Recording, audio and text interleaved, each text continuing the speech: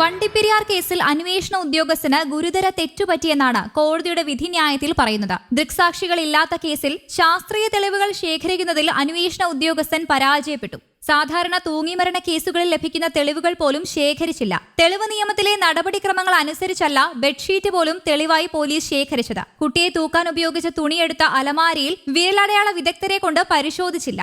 സംഭവം നടന്നതിന്റെ പിറ്റേ ദിവസമാണ് അന്വേഷണ ഉദ്യോഗസ്ഥൻ സംഭവ സ്ഥലത്തെത്തിയത്. അന്വേഷണ ഉദ്യോഗസ്ഥന്റെ വിശ്വസ്തതയാണ് കോടതി ചോദ്യം ചെയ്തിരിക്കുന്നത്. നിലവിലെ തെളിവുകളുമായി അപ്പീൽ പോയാൽ വിധി പുനഃപരിശോധിക്കുമോ എന്നത് പരിശോധിക്കപ്പെടേണ്ടതുണ്ട്. അതല്ലെങ്കിൽ പുനരന്വേഷണം ആവശ്യപ്പെടണം. ഈ രണ്ടു സാധ്യതകളാണ് മുന്നിലുള്ളത്.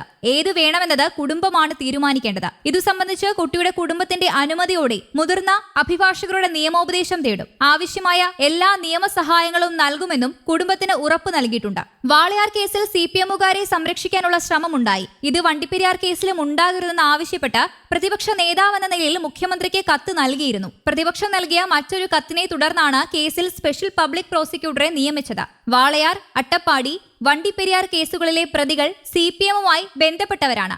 CPMകാരെ രക്ഷിക്കാനാണ് സർക്കാരും പ്രോസിക്യൂഷനും നാടകം കളിച്ചതെന്ന് വാളയാർ, അട്ടപ്പാടി കേസുകളിൽ വ്യക്തമായിട്ടുണ്ട്. അതുതന്നെയാണ് വണ്ടിപ്പെരിയാറിലും ആവർത്തിച്ചത്.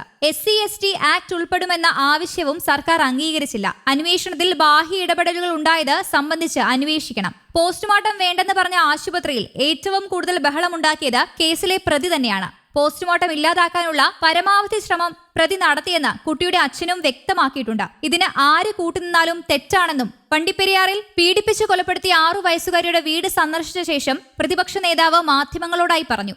പീഡിപ്പിച്ച് കുന്ന് കെട്ടിത്തൂക്കിയതാണ് എന്ന് വരുന്നത് പോസ്റ്റ്മോർട്ടം റിപ്പോർട്ടിലല്ലേ വരുന്നത്. ദുരൂഹമായ സാഹചര്യത്തിൽ മരണമടഞ്ഞു കഴിഞ്ഞാൽ 6 വയസ്സുള്ള കുട്ടി തന്നെത്താൻ ഇത് കെട്ടി തൂങ്ങി മരിക്കും എന്ന് സ്വാഭാവികമായിട്ട് ആരെങ്കിലും വിശ്വസിക്കുമോ? അപ്പോൾ പോസ്റ്റ്മോർട്ടം വേണ്ട എന്ന് ഏറ്റവും കൂടുതൽ ബഹളം ഉണ്ടാക്കിയത് ഈ കേസിലെ പ്രതിയായിരുന്ന ആളാണ്. ഇപ്പോൾ കുട്ടിയുടെ അച്ഛൻ എന്താണ് പറഞ്ഞത്? അവിടെ ആശുപത്രിയിൽ വലിയ സീനുണ്ടാക്കി. വിചാരണ തുടങ്ങിക്കഴിഞ്ഞാൽ ആർക്കെങ്കിലും ഇതിനകത്ത് ഇടപെടാൻ പറ്റുമോ? വിചാരണ കഴിഞ്ഞ് ജഡ്ജ്മെൻറ്റ് വരുമ്പോഴല്ലേ ഇടപെടാൻ പറ്റുള്ളൂ, അല്ലെങ്കിൽ അവർക്ക് വേറെ ഒരു നിയമസഹായം ആ സമയത്ത് ആവശ്യമില്ലല്ലോ. അവർക്ക് വേണ്ടിയിട്ടുള്ള സ്പെഷ്യൽ പബ്ലിക് പ്രോസിക്യൂട്ടറെ വെച്ചേക്കണം. News desk, Kerala Kaumudi.